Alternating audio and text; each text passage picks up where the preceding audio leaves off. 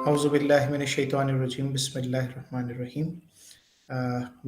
Welcome to today's session.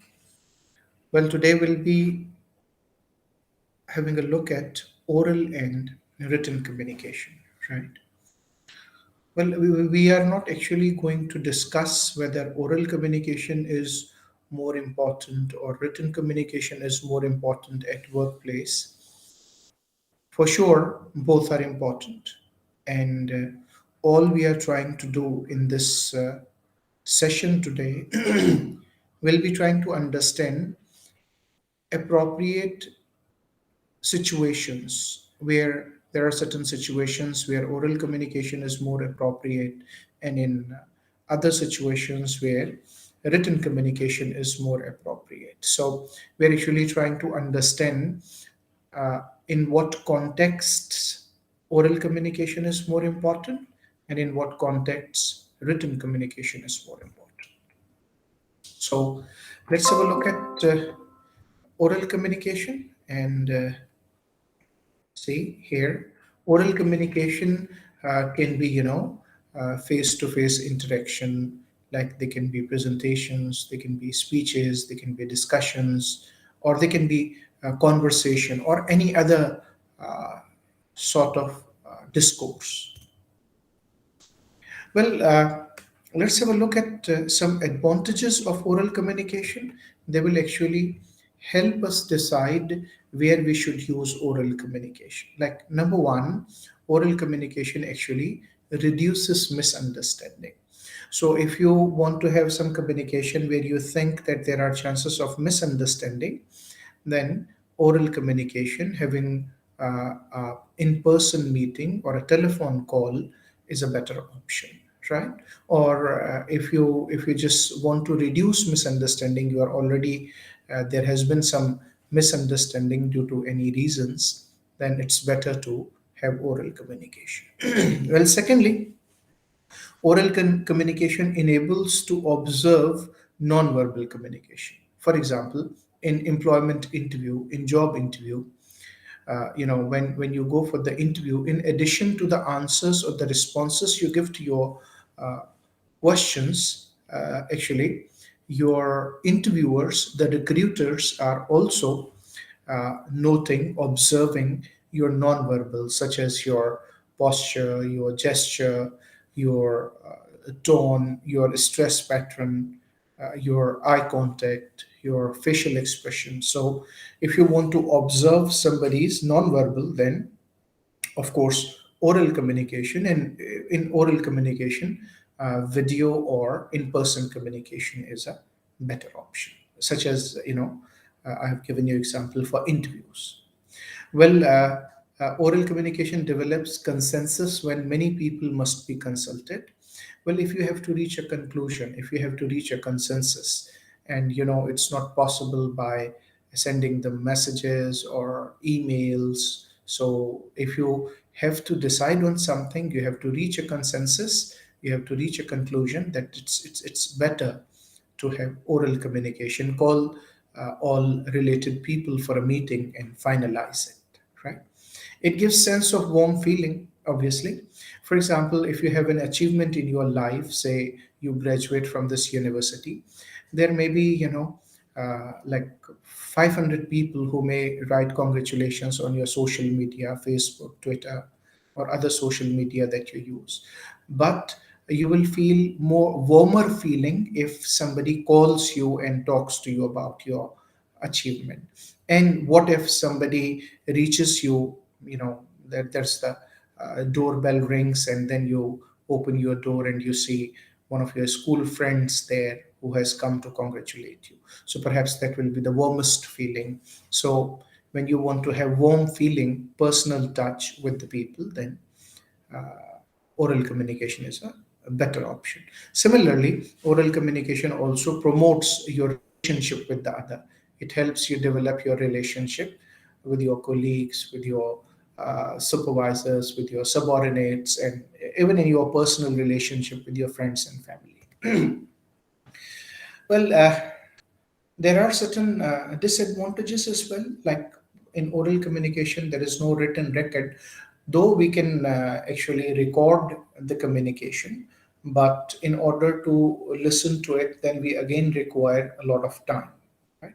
Sometimes it's waste of time if oral communication, if the purpose is not defined, and if people go off the track and they do not remain on decided agenda, then it's waste of time. But otherwise it's not, right? It can be convenient, yes. For some people, they feel more comfortable, right, in oral communication. And the last one, work has to be interrupted for oral communication.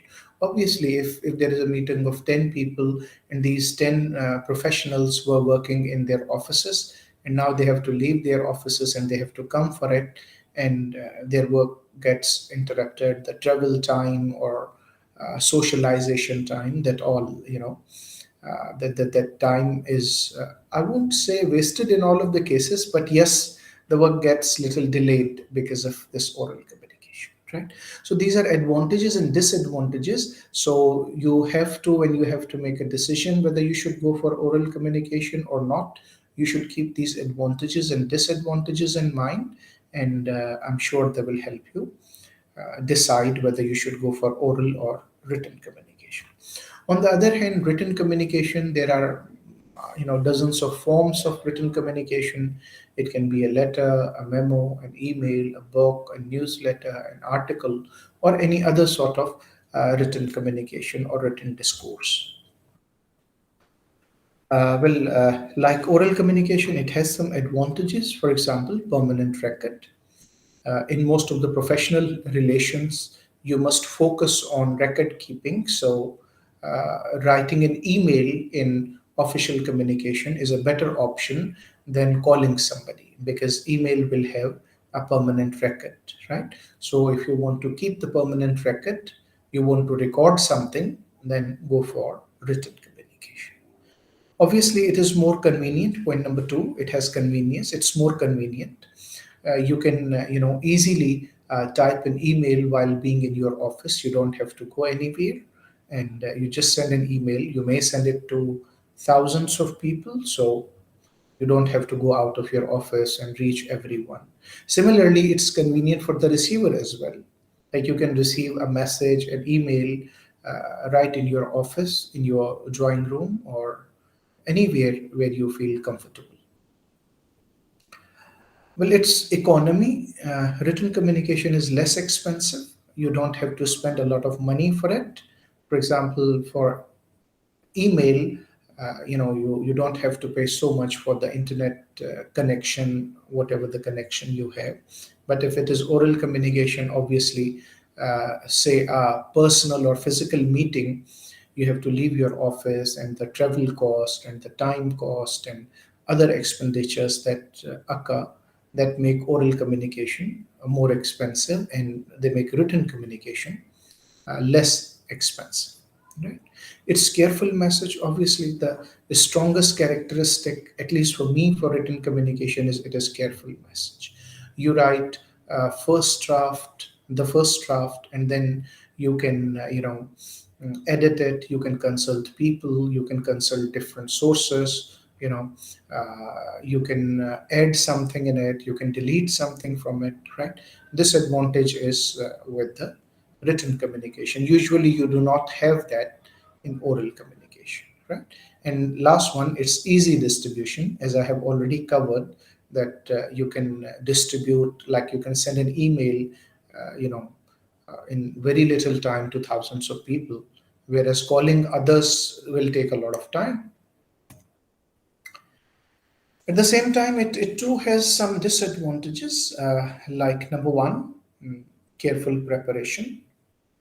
Obviously, when you go for careful preparation, you require a lot of time. And if you do not have a lot of time, then it may be a disadvantage. It's not always disadvantage, but it can be. Sensitivity or to the audience, well, actually in oral communication, if it is live communication, your audience is sitting right in front of you, and you know what they are sensitive to, what they like, what they don't like, how they are going to interpret it. But usually in written communication, it's a bit difficult to know sensitivity to the audience. You may not know their mood, you may not know their likeness, you may not know their dislikeness for your message, or it may take too long. On one hand, permanent record is advantageous, but at the same time it is disadvantage as well.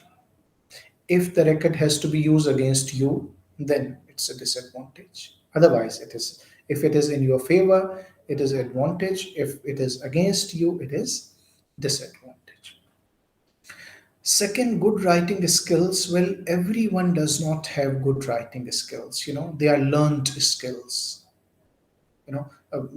All of us, those maybe even those who do not go for formal schooling, they may be quite good at speaking, but for writing you have to have formal skills, you have to learn reading and writing. So not necessarily everyone has good writing skills. So that's it for today. I have tried my level best to discuss both of them, of course within limited time. I don't want to keep these videos too long, they can be boring, or you may not have that much time. So I hope they will help you decide in your future where you should be going for oral communication and where you should be going for written communication, right? So do take care. Inshallah, see you in the next session. Thank you very much.